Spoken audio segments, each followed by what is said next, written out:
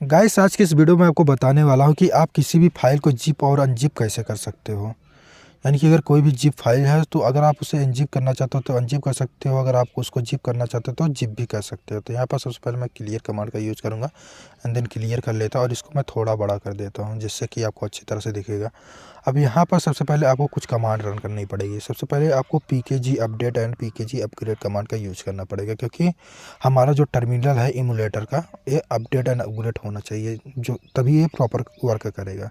तो यहाँ पर हम कमांड रन करेंगे pkg अपडेट एंड देन यहाँ पर स्पेस डालेंगे और यहाँ पर एंड लिखेंगे। अब ये दो एंड से मतलब क्या है, यहाँ पर अब दूसरी कमांड को भी आप रन कर सकते हैं एक साथ में। तो pkg अपग्रेड यानी कि हम दोनों कमांड को एक साथ ही रन करने वाले हैं, pkg अपग्रेड एंड देन यहाँ पर मैं इंटर कर दूंगा।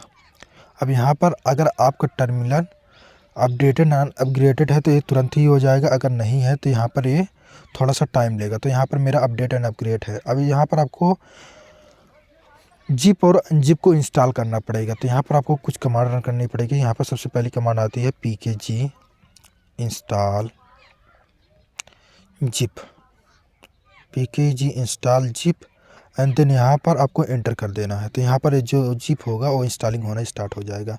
अब यहाँ पर दूसरी कमांड रन करनी पड़ेगी pkg इंस्टॉल अनजिप, क्योंकि हमें जिप अगर आप करना चाहते हो तो जिप भी कर सकते हो, अगर अनजिप करना चाहते हो तो अनजिप कर सकते हो किसी भी को। हाँ, तो pkg इंस्टॉल अनजिप यहाँ पर सिंपल से एंटर करोगे तो यहाँ पर ये अनजिप जो होगा ये भी डाउनलोडिंग होना स्टार्ट हो जाएगा। तो यहाँ पर फाइनली मेरा प्रोसेस कंप्लीट हो चुका है। अब गाइस यहाँ पर मैं आपको बता देता हूँ, जिनको पता नहीं है कि जिप और अनजिप फाइल होता क्या है आखिर में, मैं आपको बता दूँ। जिप वो होता है जैसे कि हमें बहुत सारी फाइल को कंप्रेस्ड है, यानी कि हम जैसे कि हमारे पास 8-10 फाइल्स है, उनको मैं जोड़ करके केवल एक फ़ाइल बना देता हूँ, जिससे कि हमें इसको भेजने में बहुत ज़्यादा आसानी होती है। यानी कि वो सारी की सारी फाइल से एक में ही कंप्रेस्ड हो जाती है और उसको हम आसानी से कम समय में सेंड कर सकते हैं। उसे हम जिप में यूज़ करते हैं। उसमें बहुत सारा डाटा पड़ा होता है, लेकिन वो एक जिप फॉर्मेट में होता है और वो कंप्रेस्ड होता है। और वही जब अनकंप्रेस्ड होता है वो कुछ लंबा डाटा हो जाता है, जो कि सेंड करने में थोड़ा सा टाइम लेता है या फिर टाइम भी लेता है। तो यहाँ पर हम टाइम को बचाने के लिए किसी भी फाइल को हम जिप में कन्वर्ट कर देते हैं, जिसमें बहुत सारे डाटा पड़े होते हैं, और उसको हम आसानी से सेंड भी कर देते हैं। यहाँ पर जिप बनाने के लिए आपको कौन सी कमांड यूज करना पड़ेगा, जैसे कि यहाँ पर सबसे पहले मैं एक फ़ोल्डर क्रिएट करूँगा। तो यहाँ पर मैं फ़ोल्डर क्रिएट करने के लिए mkdir कमांड का यूज करूँगा। यहाँ पर इस फोल्डर को मैं जिप करके दिखाने वाला और इसको अनजिप भी करके दिखाने वाला। यहाँ पर आप बहुत सारा डाटा रख सकते हो। इसके बाद जब आप इसको अनजिप करोगे तो यहाँ पर आप इसको देख भी सकते हो। यहाँ पर mkdi और यहाँ पर मैं लिख देता हूँ संगम और सॉरी यहाँ पर मैं संगम और टीच लिख दिया, टीच 1 करके, संगम टीच 1 करके लिख दिया। और यहाँ पर संगम टीच 2, संगम टीच 2, यहाँ पर 2 मैंने बना लिए हैं। अब यहाँ पर मैं इंटर करूँगा। ओके, इंटर कर दिया। अब यहाँ पर ls कमांड से मैं लिस्ट करूँगा। तो यहाँ पर देख सकते हैं संगम टीच 1 और संगम टीच 2 दो बने होंगे। आई थिंक यहाँ पर संगम टीच 1 और संगम टीच 2 यहाँ पर आपको देख पा रहे होंगे। यहाँ पर एक हाईलाइट हो रहा है, मैं आपको दिखा देता हूँ। संगम टीच 1 और संगम टीच 2 यहाँ पर ये दोनों बने हुए हैं। इस तरह से आपको मैंने दो बना लिए हैं। अब यहाँ पर मैं इसको जिप करके दिखाने वाला हूँ।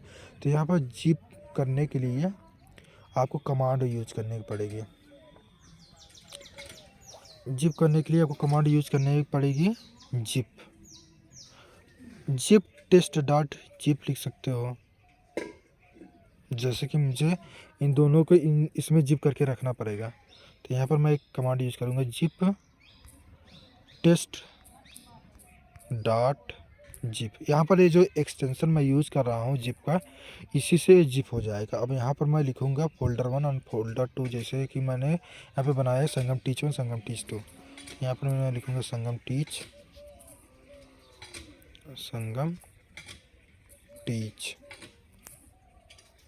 1 और यहाँ पर मैं लिखूँगा संगम टीच 2, संगम टीच 2। यहाँ पर मैंने दोनों बनाए थे। अब यहाँ पर मैं करूँगा क्या, अब यहाँ पर इसको मैंने लिखने के बाद सिंपल से मैं एंटर कर दूंगा। ओके, यहाँ पर देख सकते हैं स्टोर हो चुकी है टेस्ट डॉट जिप फाइल में, टेस्ट डॉट जिप फाइल में हो चुकी है। अब यहाँ पर हम कमांड यूज करेंगे ls। अब देखो ls कमांड का यूज़ करता हूँ मैं। यहाँ पर एक टेस्ट डॉट जिप यहाँ पर आपको दिख रही होगी।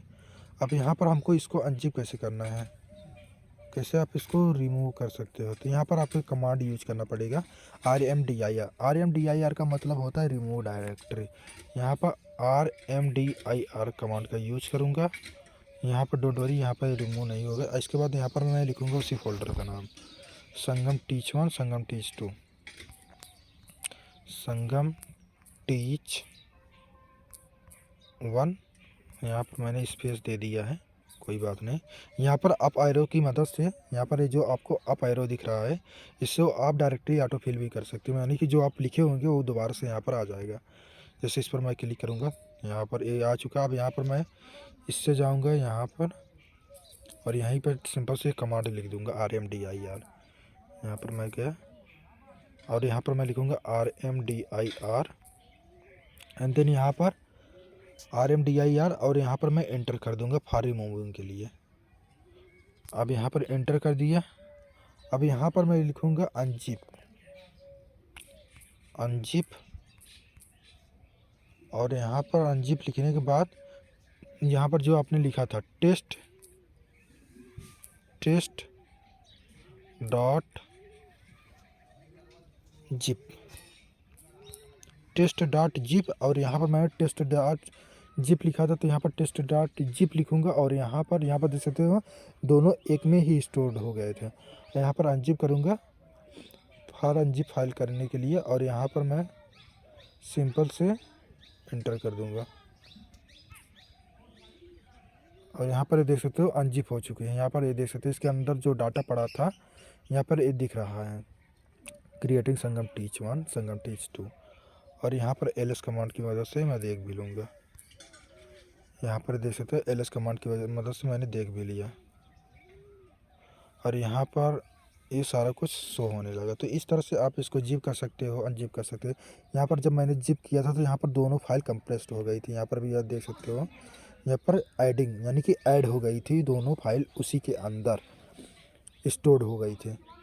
और यहाँ पर देखो जैसे मैंने अनजिप किया तो यहाँ पर एक क्रिएट हो गई दोबारा से, यानी कि दोबारा से बन गई, जो कि मैंने उनको कंप्रेस्ड किया था दोनों को एक में ही। तो इस तरह से एक सिंगल फॉर्मेट में आप किसी को सेंड कर सकते हो। इसके बाद जब वो उसे अनजिप करेगा तो यहाँ पर उसमें जितना भी कंटेंट डाटा पड़ा होगा सारा कुछ वो वॉच कर सकता है, देख सकता है।